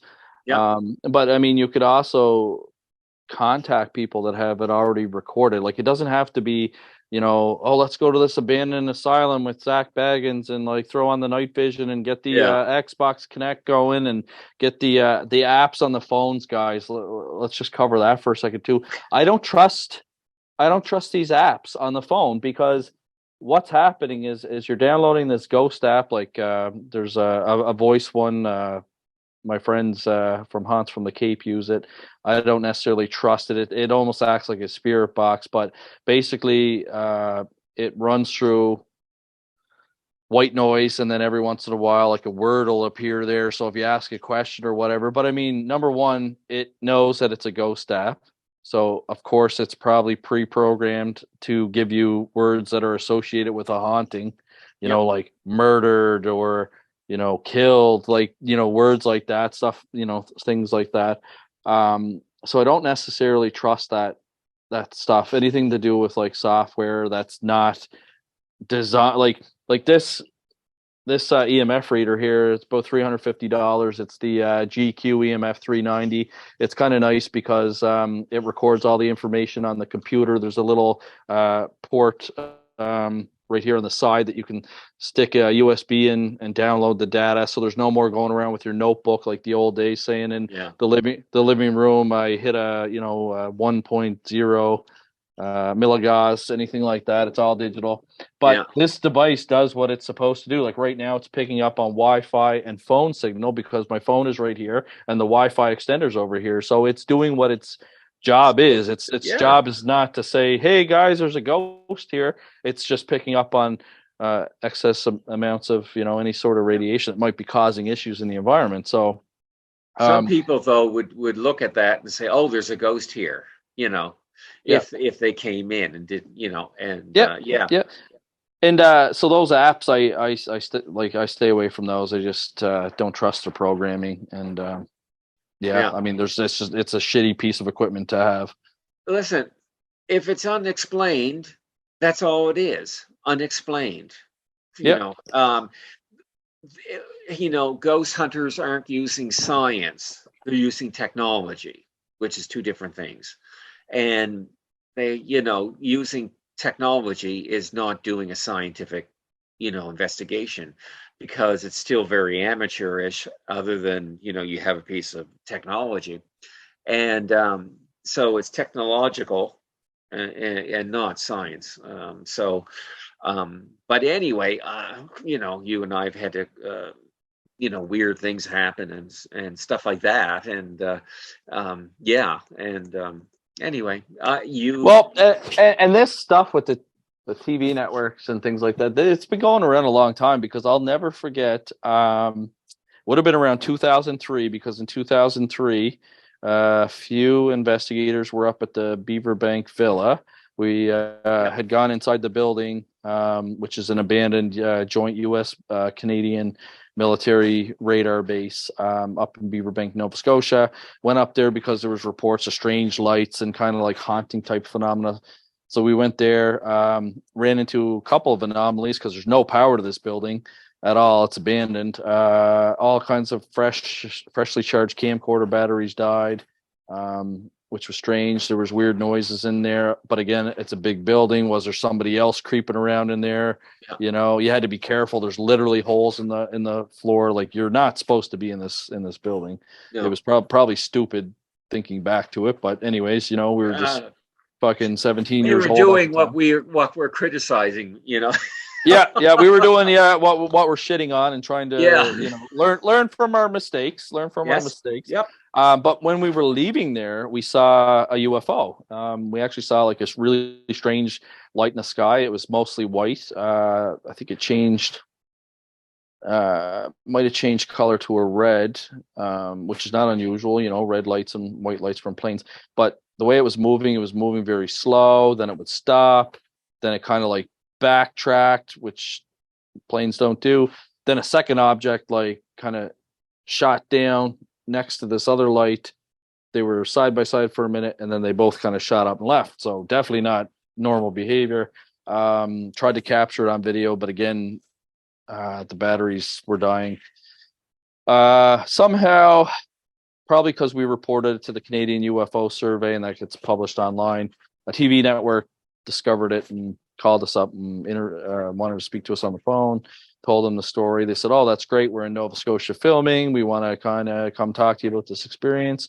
Yeah, no problem. So go. They give me a date and a time. I go up to Beaverbank Villa, tell them the story, and then at the end of it, I don't even know what the name of the show was, and I probably didn't even watch it or even know if I made it to the TV part. But at the end, they were asking me how seeing that UFO changed my life. And I was like, it was really cool because I just saw a UFO. I'm interested in UFOs. I did all this follow-up. Like I called the Transport Canada to see if it was an airplane and flight path and all this stuff. Couldn't find any answers. Checked Heavens Above website at the time, which used to tell you what satellites were in the area at the time. Did all that stuff. Couldn't explain it. And I said, you know, that's really cool because now I've seen a UFO and it makes me want to like investigate it more and like find out the truth. And they'd asked the question again differently, but they're like, yeah, but like, how did it like change your life? And like, they actually started to try and like basically coach me into saying like they wanted like some sort of like crazy reality transformation. Like basically, I saw this UFO. I'm a Catholic. It fucking blew my mind. Like I'm shattered now. I don't know. Like, you know, do I listen to my religion? Do I listen to science? Like they were looking for something like that. Yeah. And I was just like, I actually told them at one point, I said, guys, I don't have like a reaction like that. I just think it's really cool. And it makes me want to continue investigating and see if I could see like another UFO or try and like understand this mystery. And, that was at the age of, that would have been, like I said, back in 2003, at the age of like, you know, 16, 17 years old, already being exposed to producers trying to fabricate or buff up, you know, a sighting. Like it's amazing just as it is. Yeah. It's a UFO sighting. It's amazing as it is, but they needed something more, right? Like they always push the envelope. They need something more. And I know there's people out there that absolutely love ghost adventures and stuff like that. I think that's fine. I know there's people that absolutely are obsessed and love Zach Baggins and all these guys. I don't know them personally. I've never communicated with them. We run in different circles. But you know what? At the end of the day, if that's what you like and you enjoy, that's fine. Enjoy it. I mean, like everybody has that right to enjoy it and watch what they want. But just know that what you're watching is not actual reality. It's reality TV, but it's actually not reality. You do some research, like Darryll said. Go to some of the older books. Go to the Society for Psychical Research website. Check out their Sciencyclopedia. That's all based on science, laboratory experiments, credible things that we do in this field, not the green light bullshit. Yeah, exactly. I've been a consultant on a few shows. Creepy Canada was one of them. And, so it's interesting. It's just not, it isn't it isn't because I've been on a couple shows. I've also consulted on a couple shows or a few shows as well. And yeah, when I'm talking to them, they want, something fantastic. And unfortunately, the paranormal, if you're having fun doing it, you're doing it wrong. The paranormal is boring. You know, you could spend weeks at a spot waiting for it to happen. It's boring. So yeah, if you're having fun, you're not doing it right. Because No. Well, I'll give you an example. I mean, like, I know paranormal investigators that go to random spots all the time, cemeteries or abandoned places and things like that, and they're capturing, like electronic voice phenomena from these cell phone apps, for example, right? And so, like, when if you were to like go view their website or whatever like that, you'd see all this stuff that sounds amazing. It's like, oh my god, like it's so haunted around here. Like every place we go, we're capturing spirits' voices and things like that. But it's funny because when I go there with my equipment, and I actually use so one of the things is, if you do believe in electronic voice phenomena, which Darryll doesn't, you're supposed to use the exact same tape recorders. So I have two of the exact same make and model. And a true electronic voice phenomena, for whatever reason, even though they're both recording both in the same area, it only appears on one device, which is odd because they're both doing the same thing. But for whatever reason, the ghost voice only appears on one device. These guys are not doing that. They are just taking their cell phone with an app and recording it from there.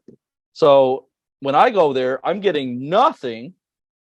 But then when they go and review, they're getting all kinds of evidence. But again, who do you believe? The device that's capturing the same conversation twice and nothing's appearing, or an app that was developed by some app development company specifically targeting ghost hunters to use it? Yeah. And miraculously, they're getting all kinds of spirit communication on it. Like, yeah, I mean, yeah. What can you do? And they're kind of petering out right now, which is kind of good. Hopefully, yeah, they'll, but how they will transition to something else. It would be nice if the transition was towards more scientific, rather than just, the usual green light. Something touched me. Did you hear that? The usual BS. And that's all that there is right now. And like I said, go back to some of those classic shows. If you're bored one weekend, punch in Search Of or Unsolved Mysteries, the original one. The new one on Netflix is still good. Just doesn't have Robert Stack in it, but it follows the same premise. It does reenactments. It does interviews with real people that are involved in the thing. Those ones are good. All the other stuff on there, I mean, yeah, if it's Friday night and you just want fucking to laugh at some idiot running around in an asylum, then, go ahead and turn it on. But those are the classics. But what I think you're going to see here soon is, what I've been noticing is, a lot of these paranormal shows now are getting canceled. And it's harder for people to get shows. We had some great ideas. We had some interest from networks. Unfortunately, we weren't willing to.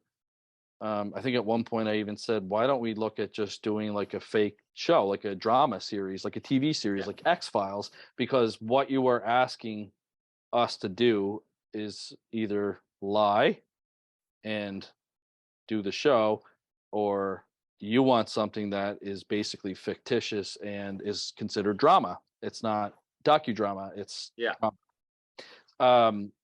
but I think you might be seeing a shift where networks are going to be moving on to whatever the next hot thing is, and I think paranormal shows are going to start fizzling out here soon, because you're seeing them become more and more pickier, and things are getting canceled.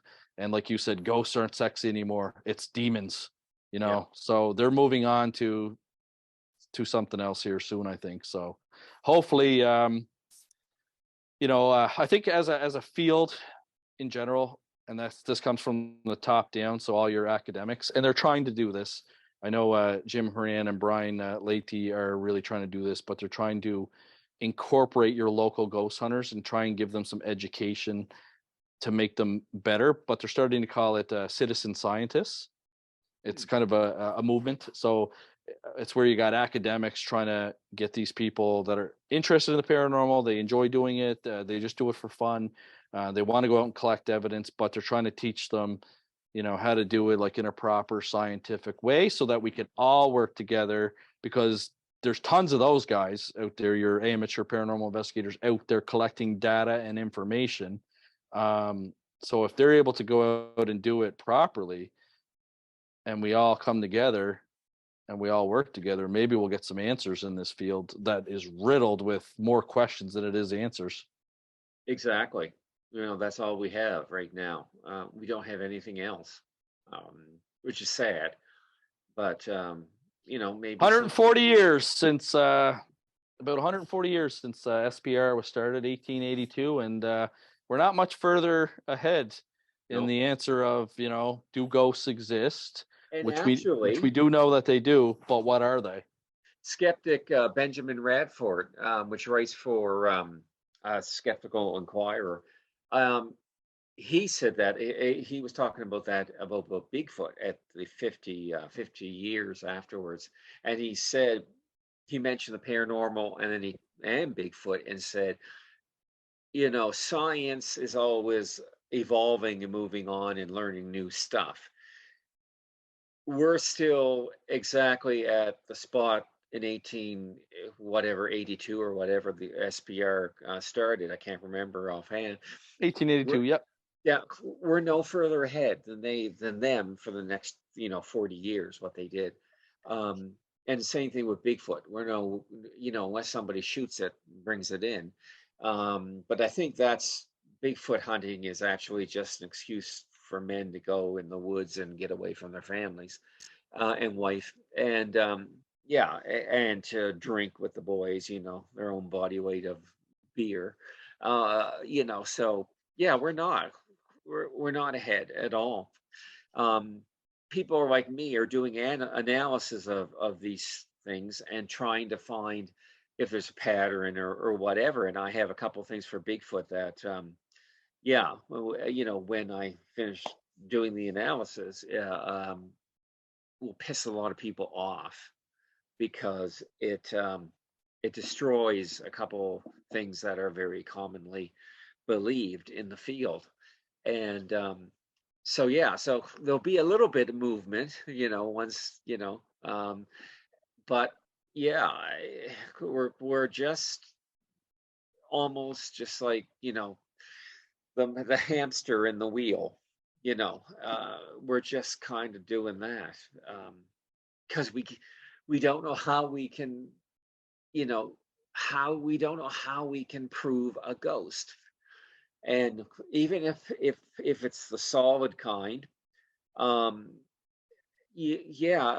going to believe a picture. Nobody's going to believe video. Excellent point. Today, you're toast now.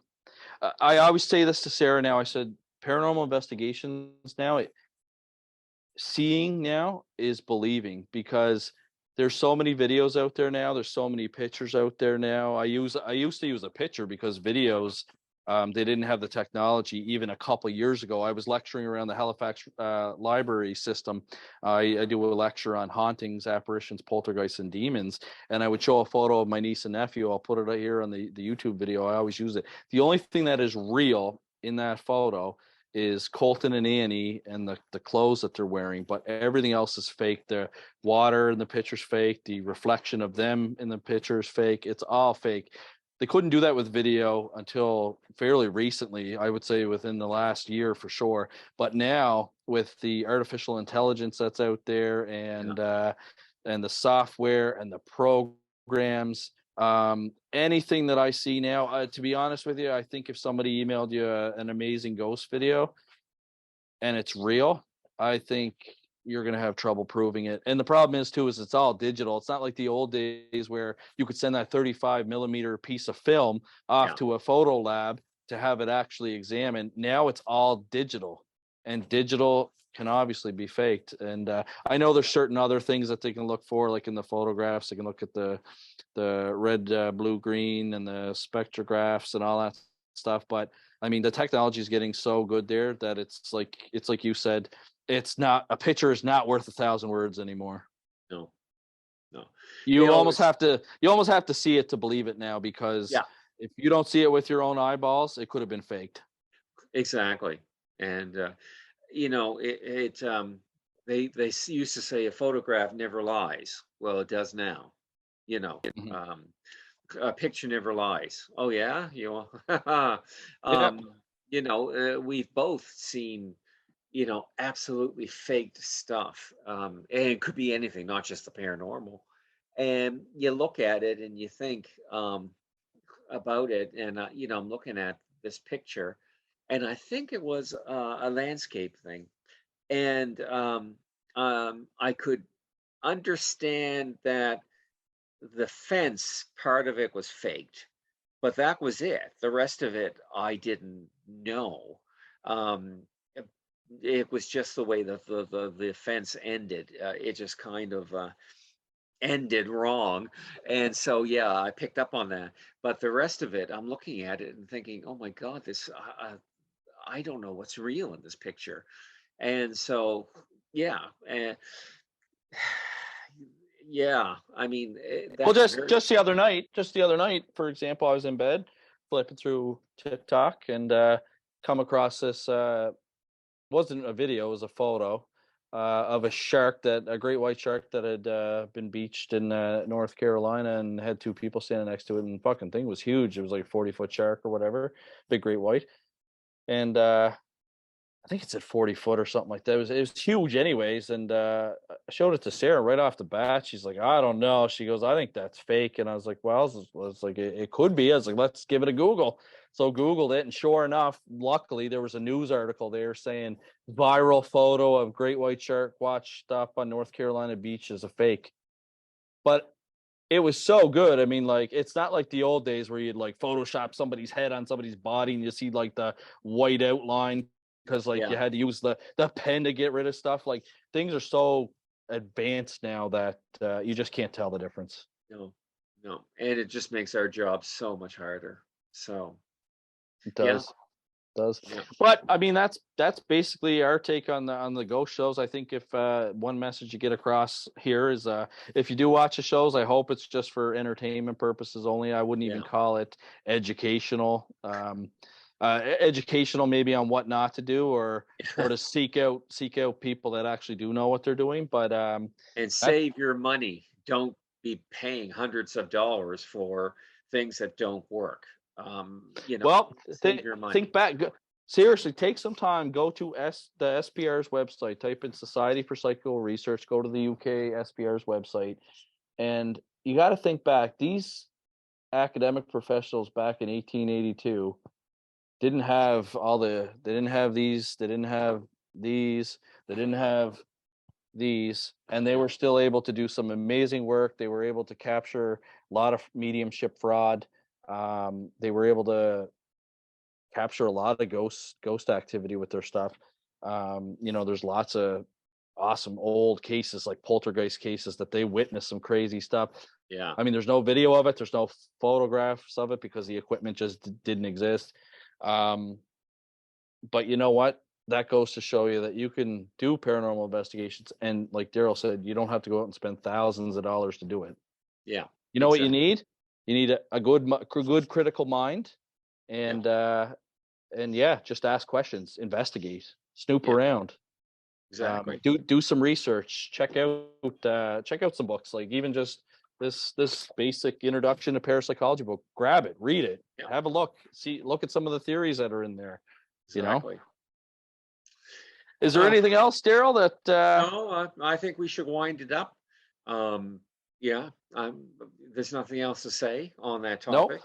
You know, no, I mean, it is what it is. We think that all the shows out there today are bullshit. I mean, if you think that there's a legitimate one that we didn't talk about besides Unsolved Mysteries and Fact versus Faked Paranormal Files or any of those good ones, you know, send us an email or a comment and let us know. We'll check it out. Exactly. The last reputable show that I did watch, I think, was the Netflix series called Surviving Death, because it was a documentary. It was a 6-part documentary. I knew Lloyd Auerbach appears in episode 5 and 6 towards the end. I know him personally. I know he's respectable. I know he doesn't go on TV and spout bullshit. So that's probably the last real paranormal thing that I've watched, because I knew it was a more serious, type documentary. So, other than that, guys, check out ppri.net, especially the paranormal Halifax Paranormal Symposium. If you get your tickets, ppri.net/tickets. There's only 200 seats available because of the venue, and it's our first inaugural event. We're hoping next year that if this one is successful, we can bring you a 2-day event next year, which means double the time with the experts, double the experts. This year we got 5. Hopefully next year we can get 10. But that all depends on the success of the event, because right now, you know, the only sponsors financially are Ghost Project Canada, Paranormal Phenomena Research and Investigation, and we did have Haunted Walk from Ontario donate us a book that was written by their founder that we could do a raffle for or a door prize for. But other than that, it all depends on the interest, and it depends on you. And we want to present you with a fun day with, you know, interesting vendors, interesting guest speakers, a whole variety of things: ghosts, demons, cryptozoology. We're doing all this because we love the paranormal, and because we believe that proper education in the paranormal is important, and that's why we're doing it. It is absolutely, trust me, 100% not about the money. The last event that Darryl and I did, we actually took a financial loss on it. So it's, trust me, it's definitely not about the money. It is about the education and the networking as well. You meet some great people there. I guarantee you, out of those 200 people, there's going to be lots of people that want to tell us their ghost story or their paranormal experience, and can't wait to hear it. Yeah, same here. Well, I guess that's that. So, all right. Until next time, guys. Yep. See you later. Bye-bye.